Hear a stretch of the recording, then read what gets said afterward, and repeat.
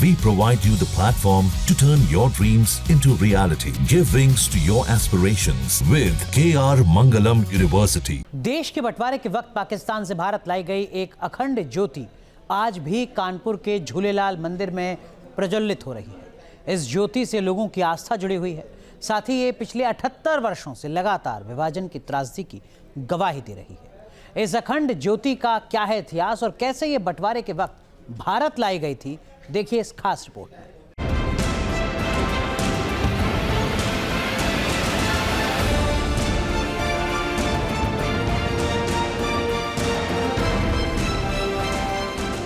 भारत के विभाजन और उस वक्त हिंदुओं के नरसंहार की गवाह ये अखंड ज्योति 78 साल से लगातार जल रही है। ये ज्योति 7 दशक से भी ज्यादा वक्त से कानपुर के पी रोड रामबाग स्थित झूलेलाल मंदिर में रोशनी बिखेर रही है।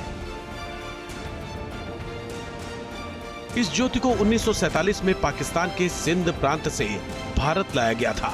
विभाजन के समय सिंधी समाज के उद्धव दास फानूस में ज्योत लेकर भारत आए थे। पहले ज्योति को वनखंडेश्वर मंदिर के पास रखा गया। 1948 में रामबाग में कुटिया बनाकर ज्योति को स्थापित किया गया।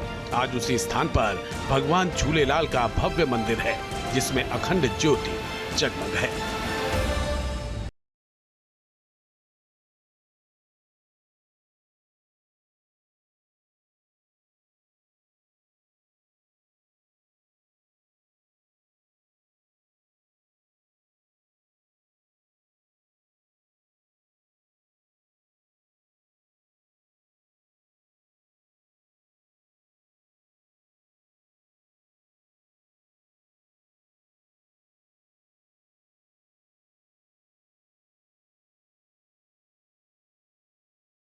तो उत्तर प्रदेश में तमाम मठ मंदिर हैं और सबका अपना अलग इतिहास है, सबसे जुड़ी कुछ कहानियां हैं। ऐसा ही मंदिर एक कानपुर में है, जिसे झूलेलाल मंदिर के नाम से जाना जाता है। सिंधी समाज का ये मंदिर है, जहां पर बड़े पैमाने पर लोग दर्शन करने के लिए पहुंचते हैं।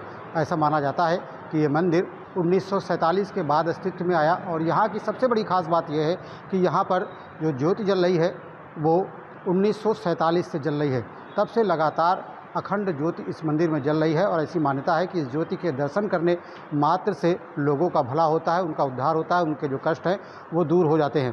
हमारे पूर्वज थे वहाँ पे, संत महापुरुष से सेवादारी भी थी वहाँ पे। वहाँ के मुगलों ने वहाँ से पहले तो जोत जो लाए थे, साईं जो हमारे सेवादारी थे उदोदा जी, वो अपना जोत वहाँ से अपने टिफ़िन में लेके, माने जोत जलती है हम लोग का फानूस कहते हैं उसको, उसमें वहाँ से लेके वो पहले ग्वालियर आए। ग्वालियर में कुछ दिन रहने के बाद 1948 में लेके यहाँ पर आए।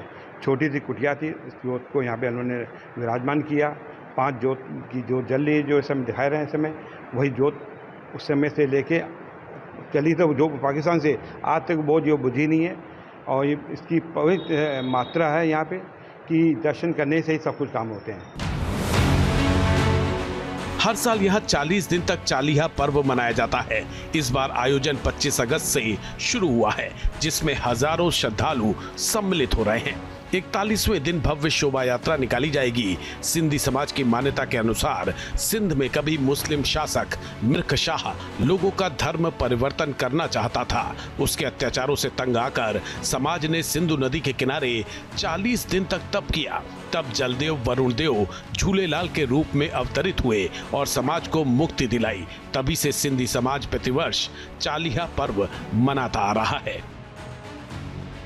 पाकिस्तान के सिंध प्रांत में आज भी प्राचीन झूलेलाल मंदिर मौजूद है, जिसे करीब 1000 साल पुराना माना जाता है। वहीं से लाई गई ये अखंड ज्योति पिछले 77 साल से कानपुर में प्रज्वलित है और आज भी आस्था का प्रतीक बनी हुई है। हालांकि आस्था के साथ साथ ये ज्योति विभाजन का दंश भी खुद में समेटे हुए है। ये ज्योति विभाजन की त्रासदी की भी गवाह है।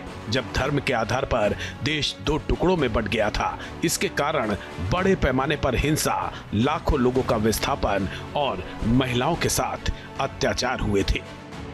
अनुमानित आंकड़ों के अनुसार 1.4 करोड़ लोग विस्थापित हुए थे।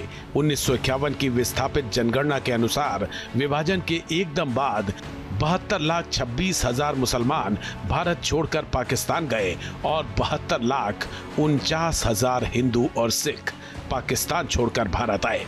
10 किलोमीटर लंबी लाइन में लाखों लोग सीमा पार करते हुए उस पार गए या इस पार आए। महज 60 दिनों में एक स्थान पर कई साल से रहने वालों को अपना घर-बार, जमीन, दुकानें, जायदाद, संपत्ति, खेती किसानी छोड़कर हिंदुस्तान से पाकिस्तान और पाकिस्तान से हिंदुस्तान आना पड़ा। 1947 में भारत के बंटवारे के वक्त अनगिनत जाने गई लाखों लोग शरणार्थी बने। देश में नफरत और संदेह का माहौल पैदा हुआ, जिसके गहरे घाव अब तक नहीं भरे हैं। विभाजन के वक्त अखंड ज्योति तो भारत आ गई थी, लेकिन लाखों लोग, खासकर हिंदू समुदाय के लोग, पाकिस्तान में ही रह गए थे। उन लोगों ने भी पिछले 78 साल के दौरान प्रताड़ना का लंबा दौर देखा। इसी प्रताड़ना के कारण पाकिस्तान में हिंदुओं की आबादी लगातार घट रही है। आंकड़ों के मुताबिक आजादी के वक्त पाकिस्तान में हिंदू आबादी करीब 20% थी, जो 2023 तक घटकर लगभग 1.6% ही रह गई है। यानी प्रतिशत के हिसाब से हिंदू आबादी में 90% से भी ज्यादा की गिरावट आई है। विभाजन का दंश आज भी लोगों को कचोटता है। जो परिवार अपना सब कुछ छोड़कर विस्थापन को मजबूर हुए, वो आज भी उस पल को कोसते हैं जब देश के 2 टुकड़े करने का फैसला हुआ था। उसी विभाजन की जीती जागती गवाह पाकिस्तान के सिंध प्रांत से लाई गई अखंड ज्योति आज भी उस त्रासदी की याद दिलाती रहती है। कानपुर से श्याम तिवारी के साथ टीम न्यूज नेशन। जहां भक्ति है हर शब्द में, कथाओं में छुपे हैं दिव्य रहस्य और ज्योतिष देता है जीवन को दिशा। धर्म से जुड़ी हर बातों को जानने के लिए हमारे चैनल स्तुति को सब्सक्राइब करें। चैनल पर जाने के लिए इस लिंक पर क्लिक करें।